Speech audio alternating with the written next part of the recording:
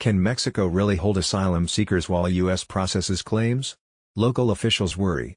Tijuana, Mexico. Mexico's willingness to accept U.S. asylum seekers while their applications are processed appears to be yet another sign of the blooming honeymoon between leftist President Andrés Manuel López Obrador and President Donald Trump, though it is also causing concern among officials in Mexican border cities already struggling to deal with thousands of Central American migrants.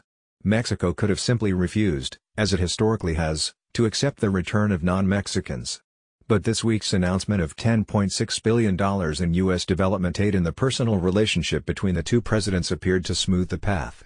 It is the same relationship that helped resolve stalled negotiations on Mexico's free trade agreement with the United States and Canada. Right now it's a honeymoon, in part because even though one is on the left and the other is more to the right, they have things in common: protectionism, the anti-establishment thing, each one's nationalism, said José Antonio Crespo, a political analyst at Mexico's Center for Economic Research and Training. Crespo noted Trump was getting along better with López Obrador than with his conservative predecessor, Enrique Peña Nieto. Up to now it's been a honeymoon, who knows how long it will last. Mexico, meanwhile, is struggling to say how it will house and protect what could become tens of thousands of Central American migrants who might wind up in its cities along the border with the United States. It is clearly not ready to shelter so many. Donated to Guillen, the head Mexico's immigration agency, said, in the short term, the National Immigration Institute does not have the organizational capacity to operate this kind of program. The current legislation also doesn't help us. Mexico is already hosting thousands of Central Americans who arrived as part of a migrant caravan in November. Those migrants were dismayed by Thursday's announcement. This is bad, because every country has its sovereignty. It doesn't have to depend on another country, said Luis Miguel Conde, a Guatemalan who traveled to Tijuana with his wife and 2 children to request asylum in the U.S. When you apply for asylum in Mexico, they don't send you to Guatemala to wait. You wait for your application within the country's territory. Tijuana is currently the most popular crossing point for asylum seekers waiting to submit claims in the United States, but the border city is already weary of housing over 7,000 migrants who arrived in the caravan in November. The city's police staged a raid before dawn Thursday to clear dozens of migrants who had resisted moving to a shelter farther from the border and camped out on a downtown street a few blocks from the border. Riot police loaded about 120 people onto buses to take them to the Barretal shelter, located about 14 miles, 22 kilometers, from the San Isidro border crossing. Officers arrested 24 who refused to relocate. We did have to detain 24 people who refused to leave the street, and we found some who were doing illegal drugs, Police Chief Marco Sotomayor said.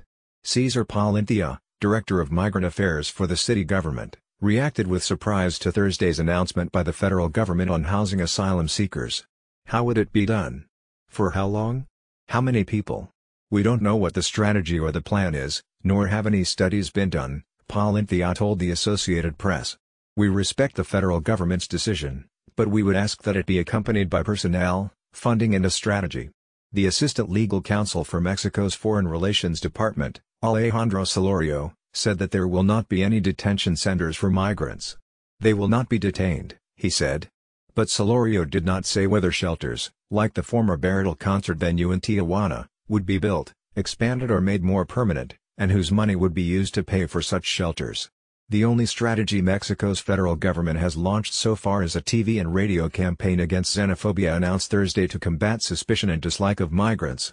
Migrants are not a threat, this is not an invasion, said Alexander Haas, the head of Mexico's anti-discrimination agency. The most outraged reaction came from U.S. immigration activists, but reaction on the Mexican side was muted, in part because López Obrador's administration was apparently successful in depicting the decision as a humanitarian measure to protect migrants. There is a segment of Mexicans who are better off and don't feel threatened by migrants who can say this is good, we have to be humanitarian, show solidarity, said Crespo, the analyst. But for those Mexicans who are looking for a job, they perhaps won't like this. All in all, it will be hard for opponents to accuse a diehard nationalist like López Obrador of being too pro-American. Who can stand up in Congress and say, you are selling the country out, said Federico Estevez, a political science professor at the Autonomous Technological Institute of Mexico. He, López Obrador, may absorb a cost, but it's relatively small price to get your neck out of the noose on the immigration issue.